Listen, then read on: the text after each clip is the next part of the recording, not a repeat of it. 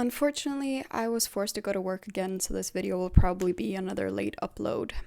Nothing we can do about that now, however. Actually, quick detour before we get into the video. I started a new channel for line distribution videos, aka how I think Luna would sing things. Nothing uploaded yet, but if anyone's interested, the name is Cherry Coke, like the Luna member, and you can find the link in the description. I'm expecting to upload the first video in 2 days, which is how Luna would sing Brown Eyed Girl's Sixth Sense. Feel free to subscribe if you want to watch that. I'm going to put all my line distribution videos there going forward, which would include the Luna re-debut album I made a video on. Now we can finally get into the episode. Continuing where we left off, last episode we got to see the behind the scenes of the Snap and Charismatic teams, as well as the first 2 teams for the remix mission, Nude and Fighting. Nude is still the score to beat at the start of this episode with 222 votes, and they ended last episode in the middle of the Only One performance, which I am really looking forward to. You guys are going to laugh so hard. I actually broke my mic before recording that intro part, but it still kind of worked. So I was going to continue recording a non-Queendom video I've been working on, and when I adjusted the audio wire, it just broke completely into the mic. I am so relieved I get a work discount at a store that sells microphones, otherwise it would be over for me. Also, damn, this episode was long. I don't think I can avoid copyright this time. The episode starts with a recap, then jumps straight into Shutdown. Made up of Sanga, Huiso, Rina, and Fai, for their background segment, we learned that they rushed the part distribution. Rather than actually consider which part suits each of them individually, they decided to split it based on the Blackpink members. After the remix, Huiso wanted to switch to Rosie's part, which had already been assigned to Fai. The reason for that being that their remix added a prominent high note and she wanted a chance to do it. The other members argued that since the part was in English, Fai should do it since her pronunciation is much better, so Huiso stuck with Jennie's part. Those familiar with the song should know that Jennie's second verse rap is completely in English, so this shouldn't have even been a factor. Anyways, I'm still gonna say I'm a prophet because Sanga was my MVP for this performance. Her parts suited her incredibly well and she really grabbed my attention. I will also die on the hill that Huiso and Fai should have switched parts because Fai and Rina's lives were incredibly inconsistent. I don't think they even sang half of their actual lines. And Fai's high note was unstable even in the recording. This is why I've been saying she would be a great lead vocalist, not main. The intro was very underwhelming. Starts off strong with the backup dancers, then the actual performers just walk. Like, at the very least, walk through the wolves, not around them. Red Riding Hood references, but they were completely wasted on this intro. They only received 152 points, which put them squarely in 3rd place behind Fighting and Nude. Which finally brings us to the Only One performance, and wow, what a performance! Only One is known for the couple dance between Boa and a random man of her choosing, and Kay pointed out she doesn't think it's ever been performed by 2 women, which is why she wants to do that. In particular, she said she wants to break stereotypes, and they even include references to Blue is the Warmest Color, one of the most famous pieces of sapphic media. I don't think people appreciate how genuinely insane this whole performance was. First of all, I've seen K-pop stans recently praise their favorite idols for singing sitting down, despite how difficult it is, but you know what's even harder than that? Singing lying down, and especially singing while sitting and standing up and turning onto your stomach, and they did all of that. All of it. My jaw just dropped further and further throughout this performance, and at this part, it was on the floor, and I was unable to pick it up until the end of the performance. There's only 2 of them. They were doing incredibly intricate choreo with the worst live singing conditions of any stage so far this year, if not this decade, and they still sing live for 95% of the stage. They are my winners, hands down and indisputably. You can't beat this level of skill with Smoke and Mirrors. Speaking of which, this mirror bit was so cool, and I'm certain Kay's musical experience will continue to make her stages the most impressive, both in skill and staging.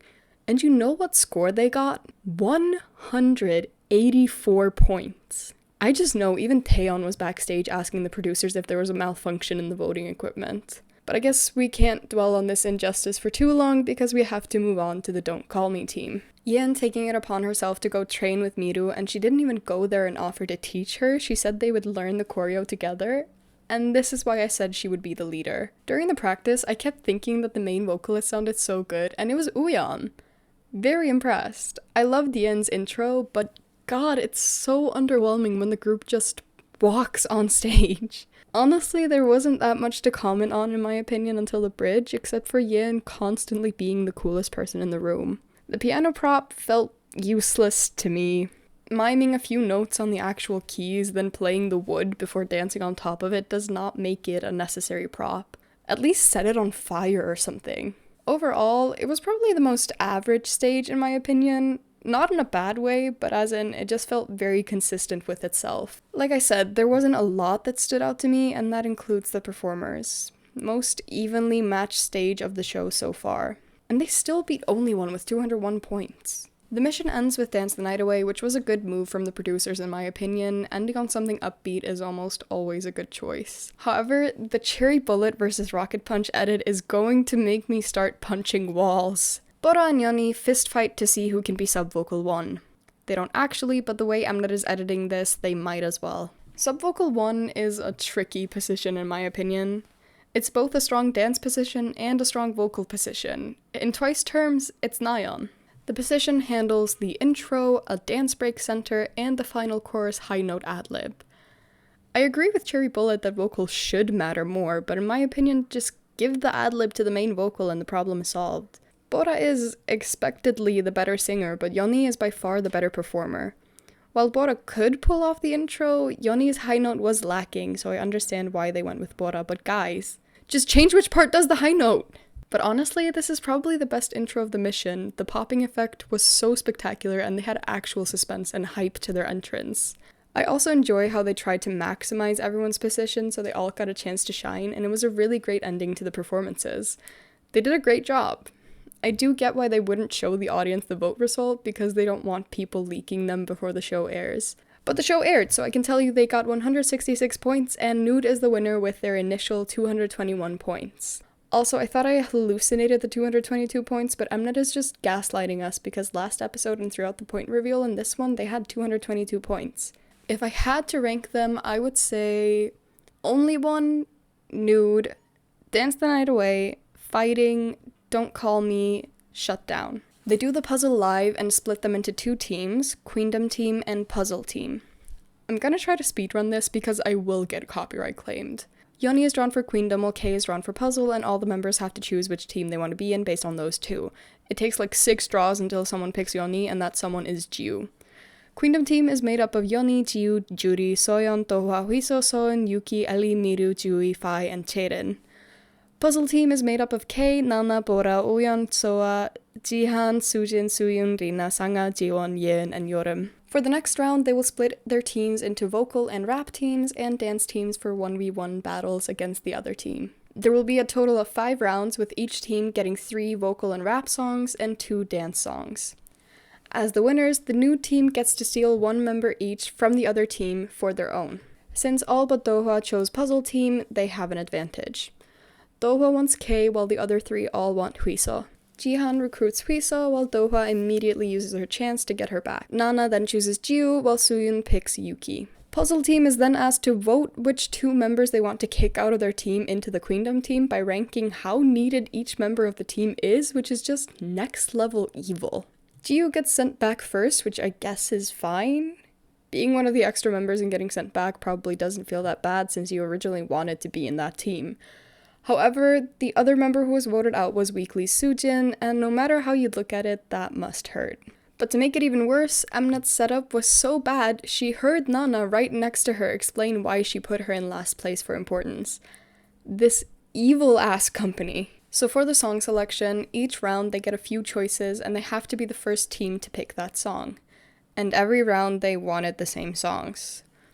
For round 1, there was Taeyeon's Weekend, 10cm Graduation, and Crush's Rush Hour.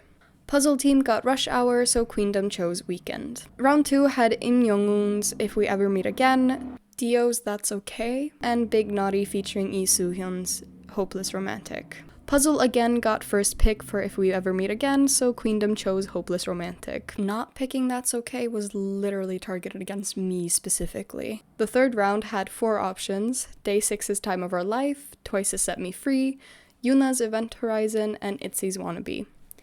Queendom finally got first pick and rushed for Time of Our Life, so Puzzle picked Wannabe. Having Huiso in your team and passing up on a Yuna song should be considered a form of cruel and unusual punishment against me. For the dance teams, they actually got 4 new songs to choose from. Bad Blood, Overwater, Web, and Glow Up.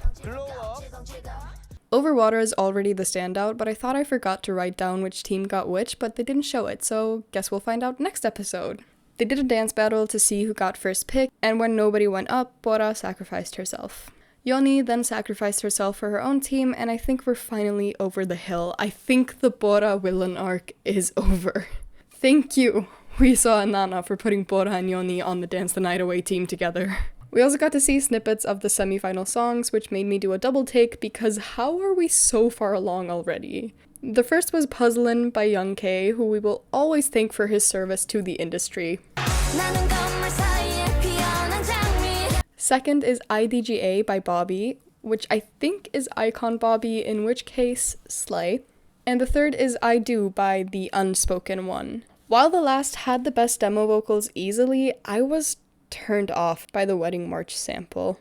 It feels uncomfortable to associate that with someone so violently misogynistic against some of the actual contestants on the show. That's all for me for this video. Before we leave, I want to thank everyone who subscribed in the last month and a half. I just crossed 600 subs 3 days ago at the time of recording, which is insane to me. I hope I can continue to upload content you guys enjoy enough to want to see more. I also try my best to respond to every comment, and if I don't respond to yours, I probably just don't know what to say, but I read every single one, so be nice. Please. I never thought I would actually have to consider something to do for crossing 1,000 subscribers, but that is now a very real possibility. So comment if you have any ideas, and I don't know if I want it to happen sooner or later. Later would be preferable since I don't have too much free time to edit and record, but I have a week off in 2 weeks with literally no plans, so maybe I could use that time and sooner would actually motivate me to do it. Either way, thank you again to everyone who's been watching my videos and to everyone who subscribed. A big smooch for all of you.